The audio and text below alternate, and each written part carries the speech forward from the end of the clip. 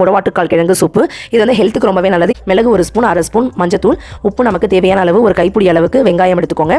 உங்ககிட்ட இல்லைனா பெரிய வெங்காயம் எடுத்துக்கோங்க. ஒரு பழுத்த தக்காளி, 1 ஸ்பூன் சீரகம், கொத்தமல்லி தழை நமக்கு தேவையான அளவு, 7-8 பல்லு வெள்ளைப்பூண்டு, ஒரு துண்டு இஞ்சி, இல்லை மிக்ஸி ஜாரில் போட்டுக்கிட்டாலும் சரி. நான் வந்து இன்றைக்கி மிக்ஸி ஜாரில் போட்டு தண்ணி விடாமல் இந்த மாதிரி குறை அரைச்சி எடுத்துருக்கேன். பாருங்கள் எப்படி இருக்குன்னு சொல்லிட்டு. இந்த மாதிரி பதத்துக்கு நம்ம அரைச்சி எடுத்துக்கலாம். இது ஒரு பவுலில் ஷிஃப்ட் பண்ணிவிட்டு இதே சேம் ஜாரில் இப்போ எடுத்து வச்சிருக்க சின்ன வெங்காயம், ஒரு துண்டு இஞ்சி, வெள்ளைப்பூண்டு, மிளகு, சீரகம் இது எல்லாத்தையும் வந்து குறை அரைச்சிக்கலாம். சாஃப்ட்டாக அரைச்சிங்கன்னா கொஞ்சம் டேஸ்ட் இருக்காது. இந்த மாதிரி குறை அரைச்சிக்கலாம்.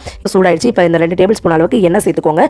இப்போ நம்ம அரைச்சி எடுத்து வச்சிருக்க இந்த வெங்காயத்தை வந்து சேர்த்துக்கலாம். சிம்மில் வச்சு கை விடாமல் நல்லா கிளறி விட்டுக்கோங்க. அந்த பச்சை ஸ்மெல்லாம் போகிற அளவுக்கு நல்லா வதங்கட்டும். நல்லா வதங்கினதுக்கப்புறம் வந்து நம்ம எடுத்து வச்சிருக்க முடவாட்டுக்கால் கிழங்கையும் நம்ம உள்ளே சேர்த்துக்கலாம்.